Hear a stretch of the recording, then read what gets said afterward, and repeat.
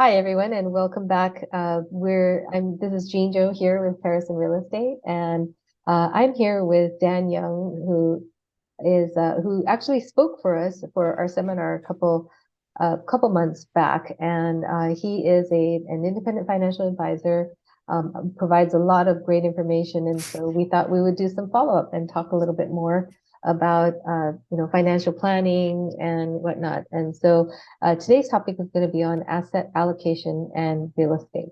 So, what is asset allocation? I mean, we've heard this term before, but what would you say is, how would you define asset allocation and why is that important to people?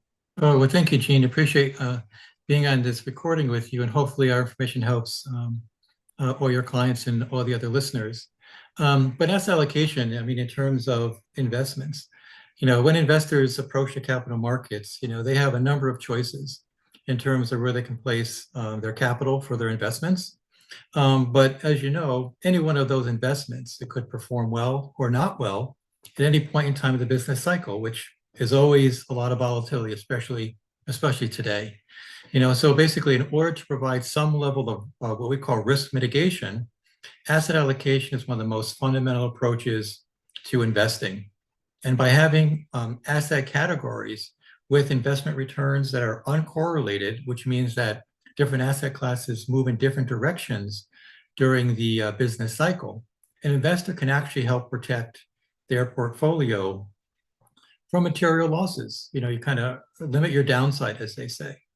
But with asset allocation, there isn't any one model that fits everybody because asset allocation is very specific to an individual and to their portfolios based upon where they are in their stage of life, their time horizon, risk tolerance. And I define risk tolerance as, the willingness and ability to be able to lose a portion or all of your investment in exchange for potential higher returns. That's the risk reward equation. So, like, for example, just to give you an idea how this really works, is we take an individual that has a 30-year time frame to reach their goals. They can wait out all the volatility in the markets, so they're more inclined to be willing to accept higher risk because they have time to kind of quote recover from any potential losses. Whereas an individual who has shorter time frame, let's say 3 years, 5 years, maybe not so much. They don't have the time to actually wait out the markets. If they need the funds in a short period of time and it's a down market, they're basically stuck and they can be short of funds. Within asset allocation, there's basically three core models, if I could phrase it that way. There's the conservative model, the moderate, and the aggressive. And I'll just give a little bit of background really briefly as to what the components are.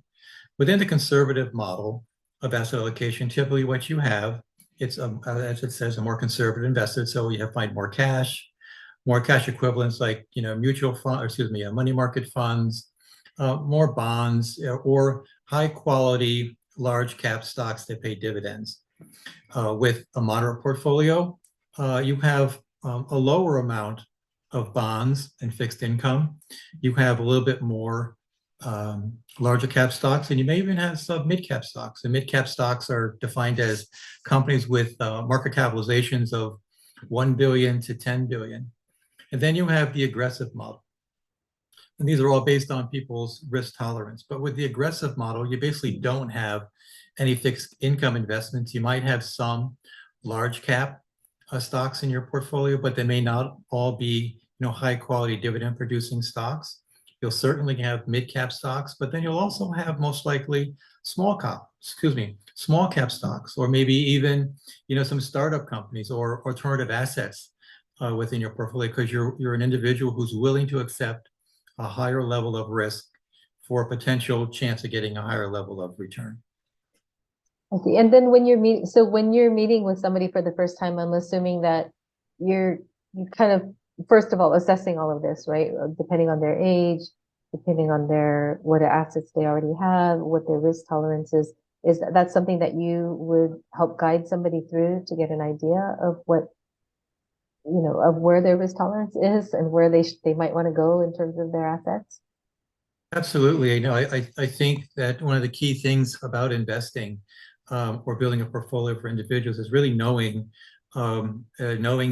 What are their preferences? Mhm, Yes, I always ask, what are your risk tolerances? What are your goals? What do you want your investment portfolio to look like? If mhm, someone is heading into retirement, what do you want your retirement to look like? If you're a younger individual, do you want to save to buy a home? Do you want to buy a car, travel? mhm, Pay for a child's education, or just basically fund retirement. Maybe you want to mhm. buy, some investment properties in real estate. So you really need to know a person's individual characteristics before you can recommend a portfolio to them. Yeah, sounds good. And when we talk about asset allocation, a word that comes up often is diversification. So can you go a little bit into what diversification is and why is it important for an investor to, why would they want or need to have diversification in their investment portfolio? Absolutely. I think that's a great question.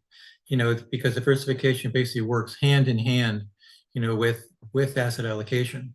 And diversification, just as a technical definition, is really it's the inclusion of different asset classes in a portfolio, such as bonds, stocks, ETFs or mutual funds, cash, and alternative investments. And you have all these different types of investment vehicles in your portfolio in an attempt to reduce risk in your portfolio because of the market fluctuations.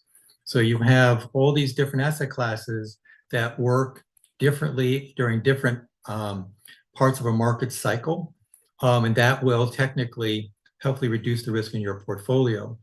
And so, but in addition to that, while you may have stocks, bonds, and other asset classes in your portfolio, so you are diversified on that level between asset categories, you also need to be diversified within each one of those categories. For example, let's just choose equities or stocks.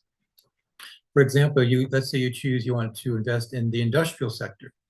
You wouldn't want to put all your money just in, one piece of that sector because within the industrial sector, you have home builders, you have construction companies, you have people who make equipment manufacturers, and each one of those components within the industrial sector performs differently within the market cycle, all within the industrial sector.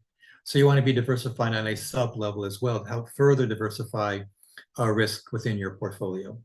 Okay, that makes a lot of sense. And so, in terms of the different kinds of assets that you can have, there, the equities, the fixed income, cash, et cetera, there's something called alternative assets. So, can you go a little bit more into detail about what those are?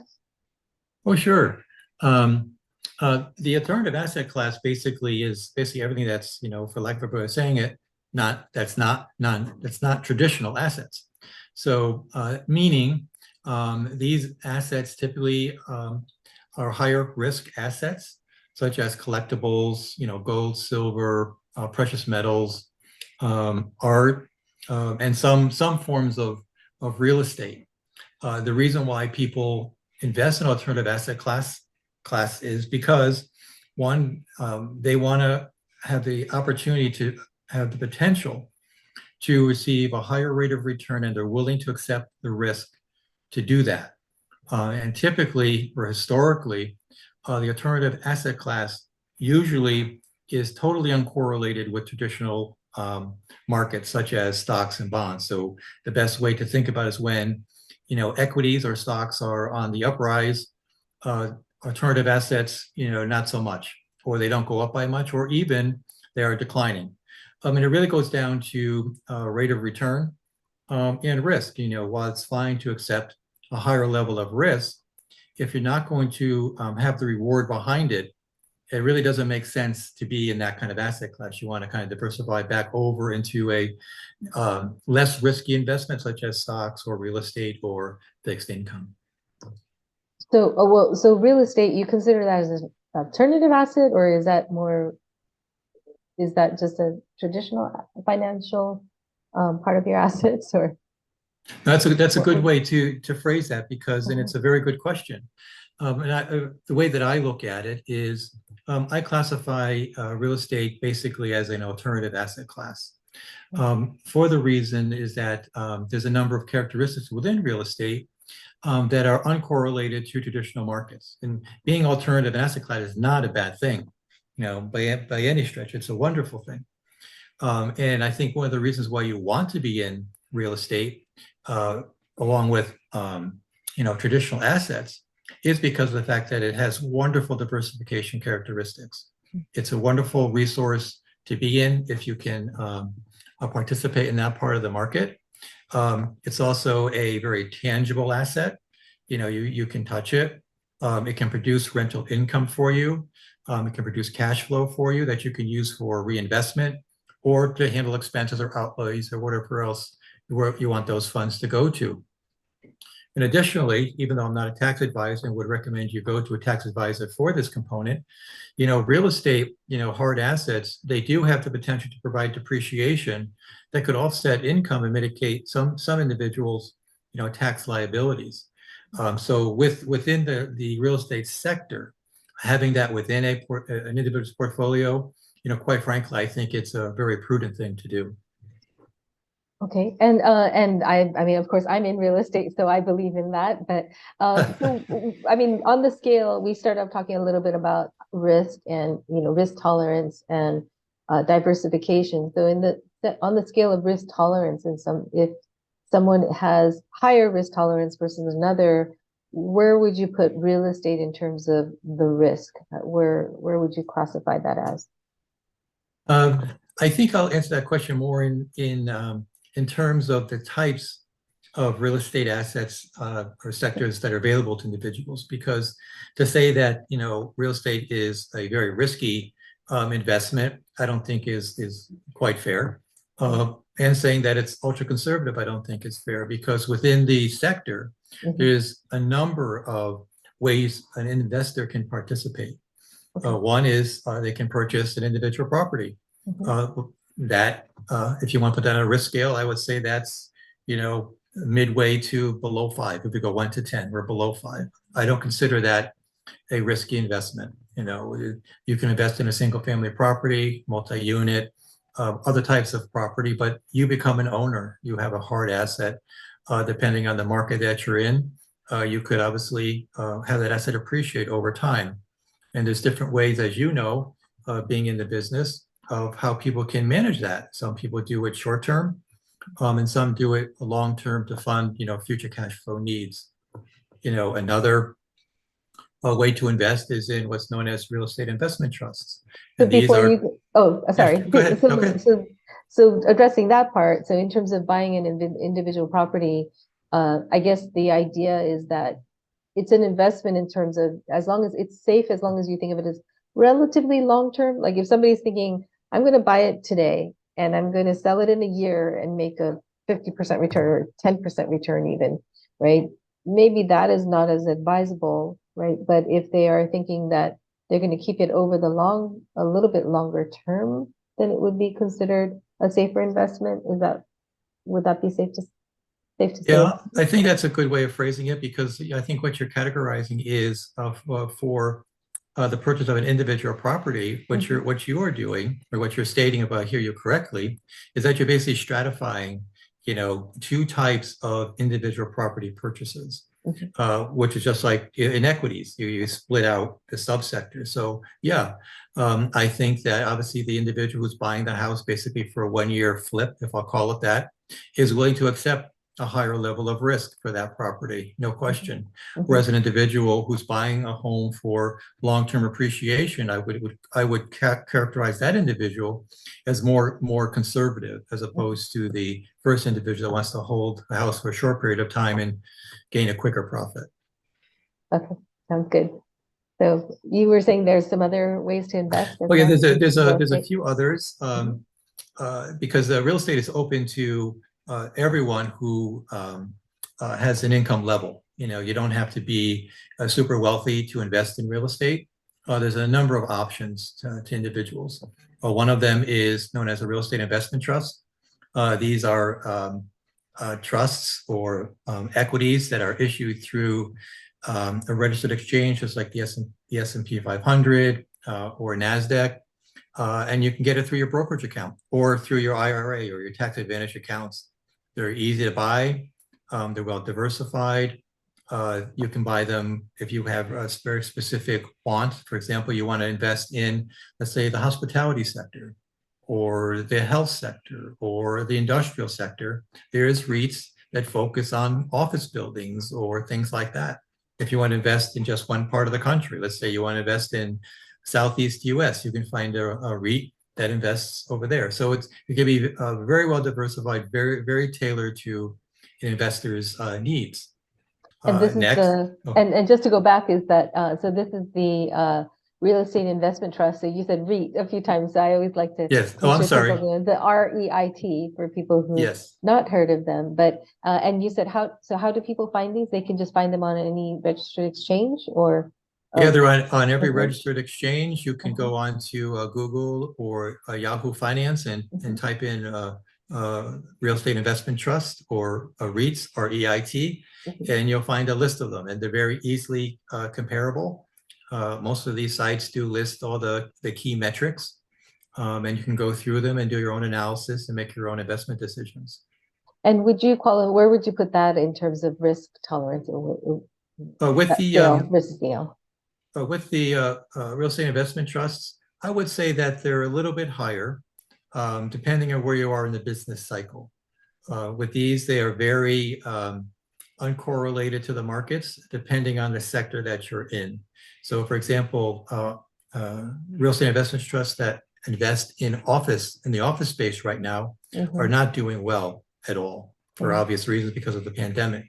However, REITs that are involved in self-storage are doing really well.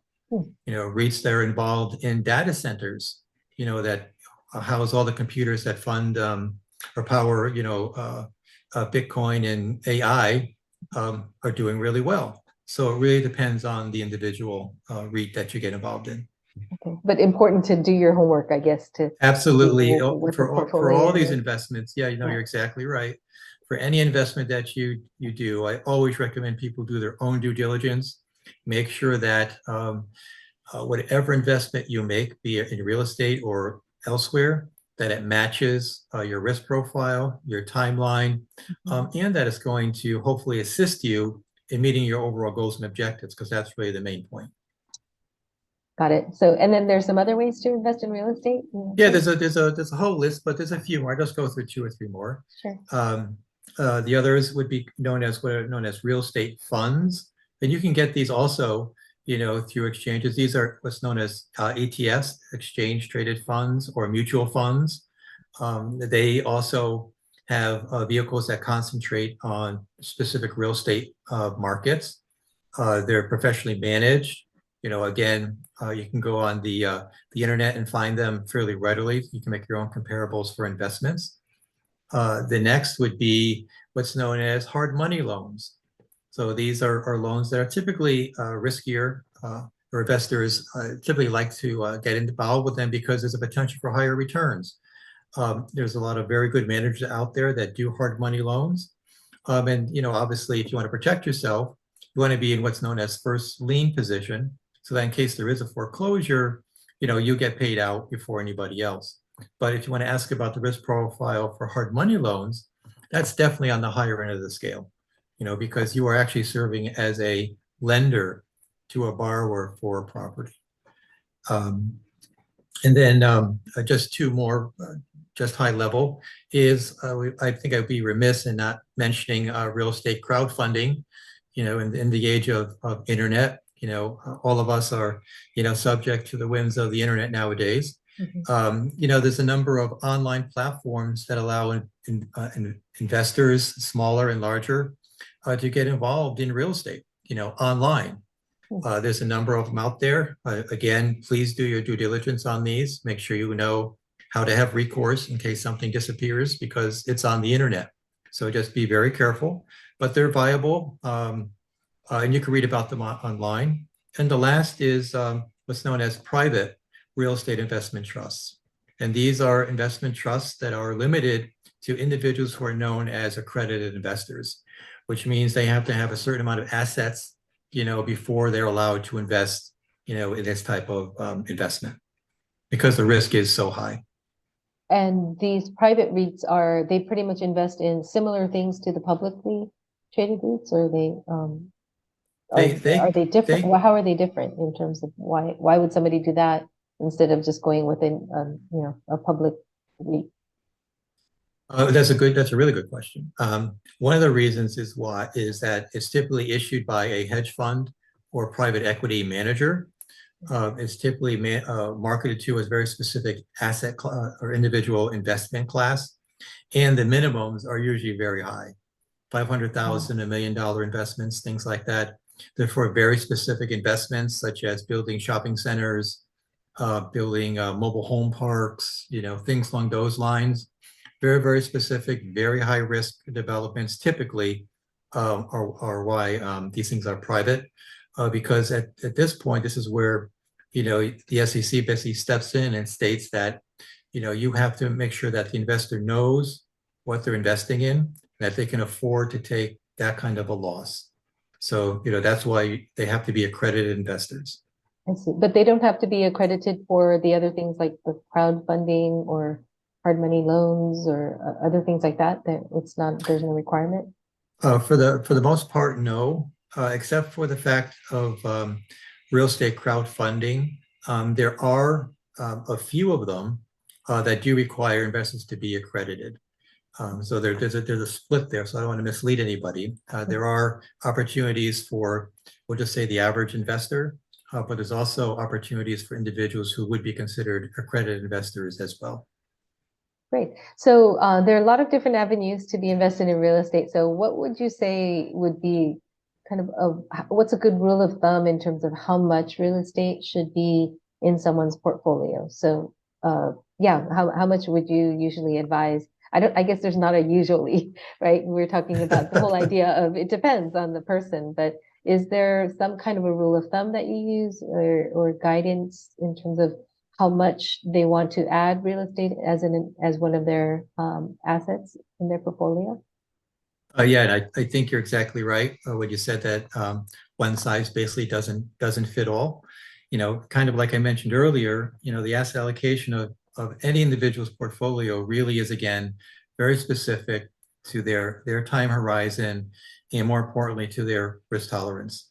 However, like with any alternative asset class, it's my opinion or my advice that it's prudent to maintain a smaller percentage of your portfolio, again, depending on your risk tolerance. So typically, I would recommend to an individual, usually between 5 and 10% for most people. Most will fall within there. Now, there are some that go a little bit higher, but most of my clients are around 5% to 10% within that range. But also, what's key here is you're investing for a reason. So make sure that the all asset classes, including alternatives, match your overall goals and objectives. And then again, even within those various asset classes, that you basically sub-diversify. Right. Oh, how about Delaware statutory trust? And where would you put that? I guess there's also real estate But investment, those are right? those are real estate too. Mhm. Yes, and those do serve a very good purpose for a lot of people. I would consider those probably mid to higher risk, depending, because your funds are with another manager. It is in real estate that is basically out in the marketplace.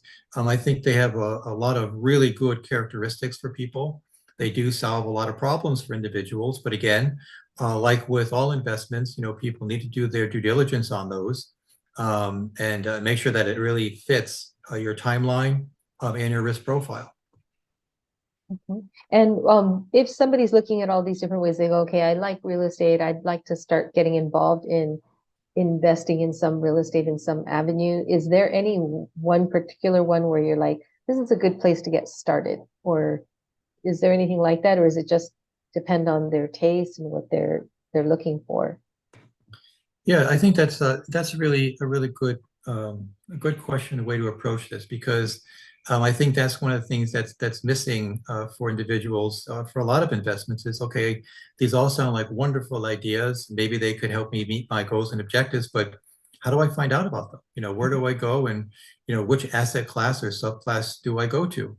And again, I don't want to sound like a broken record, but go with what your risk profile tells you. If you feel you're more conservative, then just get online and go and meet with a real estate agent, someone that you trust, and talk to them. Get their guidance. I mean, they are in the business. They're certified and licensed. They know the business, and they can certainly steer you in right directions, at least on the individual property side. And if that doesn't work for you, or you have a greater interest, you can dive deeper.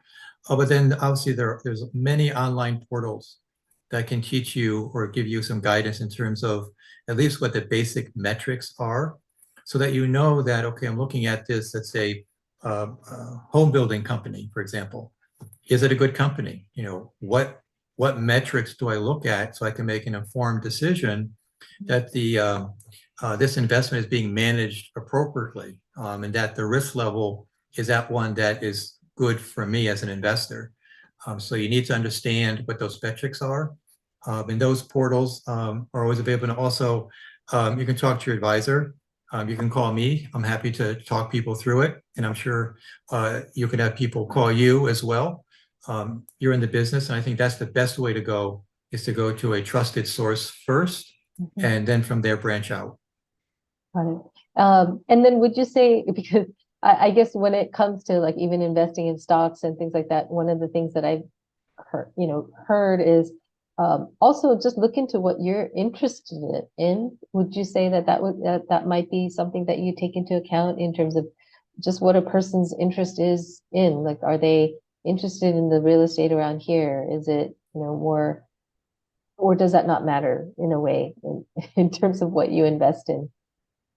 No, again, I think you hit it right on the head there. You should invest in the types of assets, one that you know about, and if it's not ones that you know about, ones that you really have an interest in. As you've heard, with what's known as meme stocks like GameStop and others like that, a lot of people invest in those types of investments just because everybody else is. They call it the FOMO effect, fear of missing out. And granted, some people have done well, some have not. My recommendation has always been invest in what you know, invest in what you're comfortable in, especially with your risk profile. I mean, you could always grow and learn and like other things, but invest for the right reason, because over time it becomes work, and it's your money. You've worked hard to get to earn it. So protect it in your investments the best you can.